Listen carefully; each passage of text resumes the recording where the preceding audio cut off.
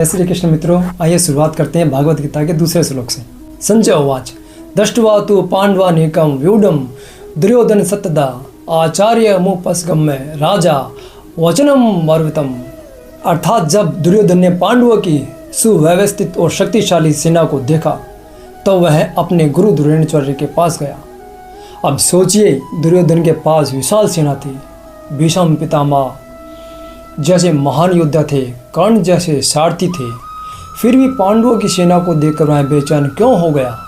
क्योंकि मनुष्य बाहर से कितना भी शक्तिशाली दिखाई दे, यदि उसके मन में संदेह और भय है तो वह अंदर से कमज़ोर हो जाता है। दुर्योधन जानता था कि उसने अन्याय का मार्ग अपनाया है। उसने छल से राज्य छीना, पांडवों को अपमानित किया और धर्म के विरुद्ध कार्य किए। इसलिए युद्ध शुरू होने से पहले भी उसके मन में डर पैदा होने लगा। यही कारण है कि वह सीधे युद्ध में नहीं कूदा, बल्कि अपने गुरु के पास गया। उसने अपने आत्मविश्वास को मजबूत करने की आवश्यकता नहीं महसूस की।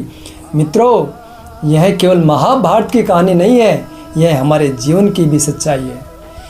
जब हम कोई परीक्षा देने जाते हैं, नया काम शुरू करते हैं या किसी चुनौती का सामना करते हैं, तब अक्सर हमारे सामने भी पांडवों की सेना खड़ी होती है। यानी ऐसी परिस्थितियों में दो रास्ते होते हैं। पहला रास्ता डर कर पीछे हट जाना, दूसरा रास्ता सही मार्गदर्शन देखना और साहस के साथ आगे बढ़ना। दुर्योधन ने भी मार्गदर्शन लेने की कोशिश की, लेकिन उसकी सबसे बड़ी समस्या यही थी कि उसका आधार धर्म नहीं था। यहीं से हमें जीवन की सबसे बड़ी शिक्षा मिलती है।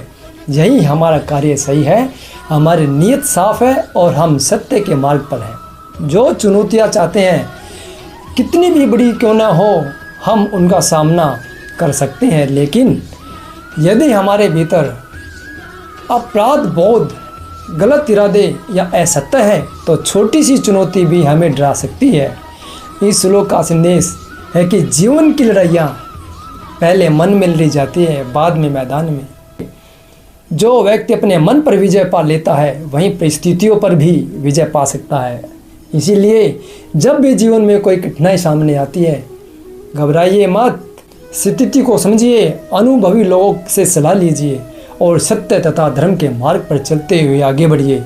यही भगवत गीता के इस दूसरे श्लोक की गहरी शिक्षा है। जय श्री कृष्ण, राधे राधे।